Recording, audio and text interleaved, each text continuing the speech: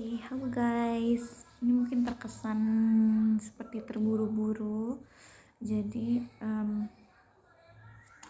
as you know, aku baru daftar S2 di UPI. Aku belum lulus, maksudnya belum tes juga. Bukan belum lulus ya. Doain aku semoga lulus please. Nah, jadi aku tuh kayak abis lihat-lihat kakak-kakak di YouTube gitu, yang dia buat YouTube perjalanan dia untuk daftar sampai ujian gitu. Nah, aku kayak tiba-tiba kayak terpanggil untuk bikin YouTube channel juga seputar aku ke UPI gitu. Nah, ini untuk memulai aja gitu. Terus aku kayak pengen share kalian. Nah, ini tuh aku terbitin nanti kalau udah pengumuman diterima atau enggaknya baru aku terbitin vlog ini. Kalau vlog ini gak pernah terbit berarti aku belum keterima. Terus aku buat lagi pas aku keterima. Doain aku keterima please. Nah, jadi hari ini aku simulasi ujian online. Jadi ujian UPI S2 ini adalah ujian itu online via Zoom dan juga tes. Jadi kita sambil tes sambil Zoom gitu. Nah, ini ada resumenya. Ini tadi webnya. Ya, kurang lebih seperti itu yang bisa aku dapetin dari simulasi hari ini tuh. Kita dapat nomor seleksi dan PIN itu udah otomatis ada di kartu pendaftaran. Kartu mahasiswa itulah yang kita kalau udah bayar terus dapat. Nah, itu udah bayar, udah bayar sama udah ngisi biodata segala macem, SKL segala macem, ijazah gitu. Ini dapat ini. Oh ya, BTW aku pakai SKL ya, soalnya aku wisudanya baru tanggal 19 Juli, sedangkan aku tes tanggal 8 Juli gitu. Dan itu boleh. Yang tes kan asalkan ada nomor SKL. Terus nanti pas kita join Zoom nanti akan dijelasin sama panitianya segala macem. Terus nanti dikasih tahu, terus nanti langsung login, terus ada token, kita suruh nyatet token gitu. Terus untuk identitasnya itu harus nama lengkap dan nomor seleksi. Terus nanti ketika masuk Zoom itu katanya akan breakout Zoom gitu. Kita akan sesuai dengan ruangan mana. Oke, nah setelah itu pokoknya kita login, kita nanti menjalankan simulasi ujian gitu.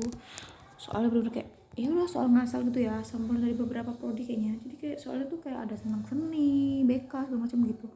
Jadi udah lah, asal-asal aja, nggak apa simulasi. Simulasinya itu adalah 5 menit 10 soal gitu. Terus ada tata tertib yang harus dibaca segala macam. Kurang lebih kayak gitu sih. Terus sama ada wawancara juga nanti ya setelah lusa setelah besok gitu. Tesnya tuh ada 3 yang aku dengar itu ada 3, terus 120 menit gitu. Aku belum bisa ngasih detailnya lagi karena belum tes.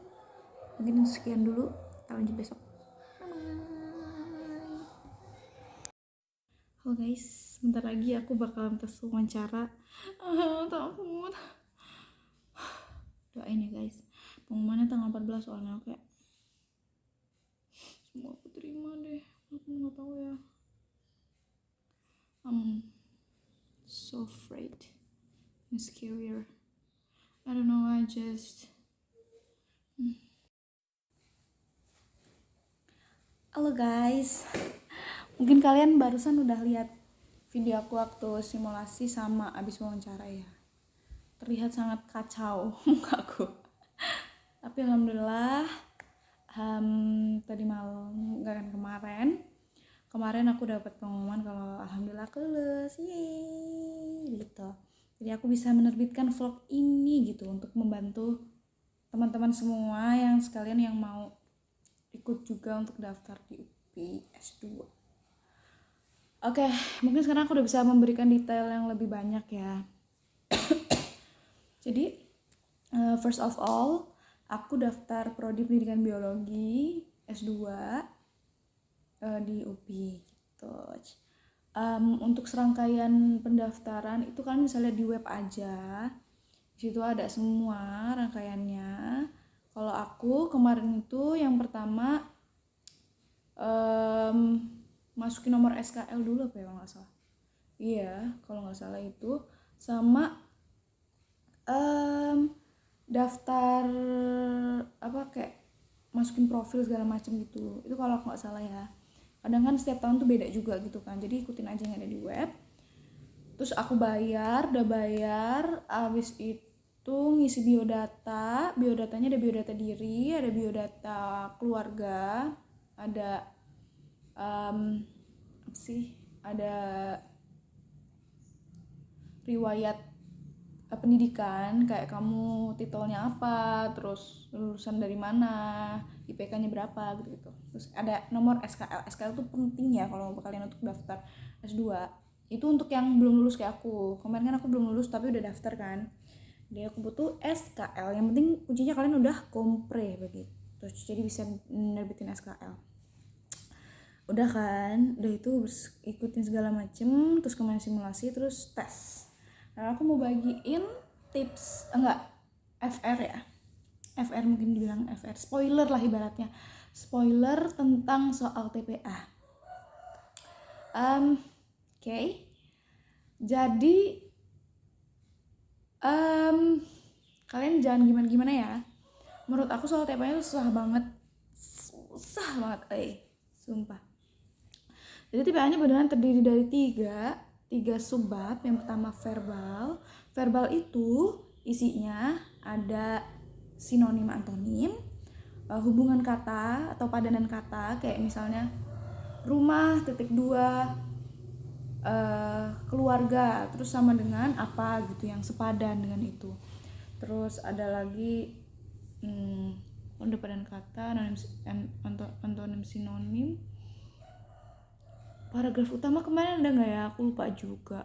Pokoknya kayak sejenis kayak sejenis sorry karena kayak sejenis soal SKD. Ada yang udah pernah ikut SKD CPNS, kurang lebih seperti itu, tapi versi lebih susah. Maybe susahnya itu bukan karena soalnya gitu kalau yang verbal, tapi karena waktunya. Aku nggak expect, karena sebelumnya aku cari-cari info dari orang lain, per subbab itu 40 menit. Ternyata beda-beda guys. Verbal itu soal 40, tapi kita kerjakan dalam waktu apa? 25 menit. Itu aku shock banget, kayak sempat buat aku panik dan aduh nggak tahu deh, atau kan kayak aku tuh sampai kayak nggak kejawab 4 soal atau 2 soal, aku lupa. Itu isinya itu ya. Terus apalagi ya kemarin tuh yang di verbal tuh, oh kayak misalnya pasti bukan deh, itu bukan di verbal ya, pokoknya kurang lebih yang verbal seperti itu gitu. Itu sih yang kata baku itu. Kalau kataku kalian harus lebih banyak menghafalkan seperti kata kerja, kata sifat gitu. Itu verbal ya, satu. Ini kan terdiri 3 kan. Yang kedua itu ada numerik. Numerik itu isinya soal matematika semua, dan soalnya juga sejenis-jenis kayak CPNS, cuma lebih susah, kayak another level gitu. Kalau CPNS misalnya susahnya 50% nih. Kalau S2 ini susahnya sekitar ya 70-80% gitu. Ya itu menurut aku sih, aku bukan nakut-nakutin ya, aku cuma kayak memberikan pendapatku pribadi gitu. Bisa jadi bagi kalian mudah kan, bisa jadi. Tuh isinya soalnya ada akar-akaran, terus sudut-sudut bangun, apalagi ya, ini peluang sih gila, yang kayak dikocok, lereng dikocok gitu-gitu. Terus apalagi ya, soal cerita, terus ada grafik juga pun ada. Terus apalagi ya, ini pola yang 1, titik berapa gitu ya, mungkin kayak CPNS gitu lah, cuma lebih susah sih. CPNS mah kayak rada mudah ya menurut aku gitu. Kalau itu kayak benar-benar susah gitu. Itu kalau verbal, kalau numerik itu soalnya ada 40, 50, tapi waktunya sebentar aku lupa. Soalnya 40 kayaknya, waktunya 50. Dia kayak lebih 10 menit gitu waktunya. Beda sama yang verbal tadi, dia soal 25 soal 40 waktu 25. Udah, terus udah itu yang terakhir itu ada soal figural. Soal figural paling susah karena dia itu kayak tidak ada pastinya gitu loh. Kita tuh harus kayak pakai logika banget karena kan tuh tes logika gitu kan. Kayak itu diputer lah gimana. Kalau di CPNS tuh kan soalnya soal figural tuh kayak pola selanjutnya tuh kayak kelihatannya tuh kayak cuma diputer-puter gitu kan. Tapi kalau di S2 ini, S2 UPI ini tesnya, oh my god, dia tuh kayak misalnya nih dia soal kayak gini, ada bangun ruang gitu, udah jaring-jaring bangun ruang, terus di pilihannya jaring-jaring bangun ruangnya itu dibedain sisinya gitu loh. Jadi bukan sisi yang sama seperti jaring-jaring yang di soal, tapi dia tuh kayak di pilihannya tuh di yang sisi yang lain. Jadi kita terus mikir setiap sisi kalau di mata kita itu kayak mana kelihatannya gitu, yang paling susah itu sih. Itu yang paling susah tuh yang jaring-jaring itu. Sisanya tuh kayak nebak perbedaan, terus pola selanjutnya, terus yang beda yang mana gitu. Itu sih itu soalnya sekitar 50 waktu waktunya lupa lagi aku berapa, pokoknya dihitung aja deh, 50 tambah 40 kan udah 90. Nah sisanya dari itu kalau nggak salah tuh. Kalau saran aku sih kayak diperkuat lagi di MTK sama logika, lebih banyak latihan soal tuh bisa kalian dapat dari mana aja, dari YouTube, dari soal-soal yang biasanya kayak SM gitu, SM apa namanya S2 gitu. Kalau kemarin tuh aku kayak dikasihkan sama teman aku tuh kebetulan kakak kelas aku dulu itu dia tahu aku mau daftar UPI, terus aku kayak dikasih drive gitu, drive-nya isinya soal-soal gitu. Itu sama aku konsultasikan ke cutting aku yang udah S2 duluan, itu dia kasih tahu kalau kit-kit belajarnya tuh pakai di YouTube gitu. Kalian latihan-latihan di YouTube kurang lebihnya gitu. Terus selain TPA ada tes bahasa Inggris.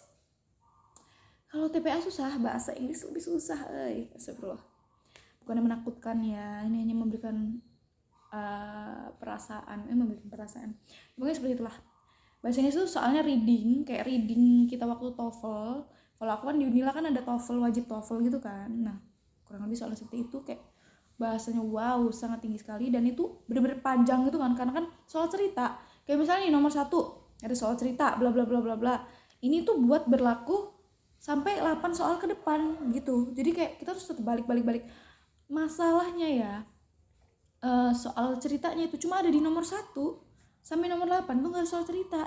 Jadi kita balik lagi untuk ngelihat ceritanya lagi gitu. Jadi itu benar-benar harus bisa manage waktu sih. Itu alhamdulillah lama, TPA-nya itu sekitar 120 menit untuk soal yang berjumlah 60 menit. Jadi ya lumayan gitu untuk ini.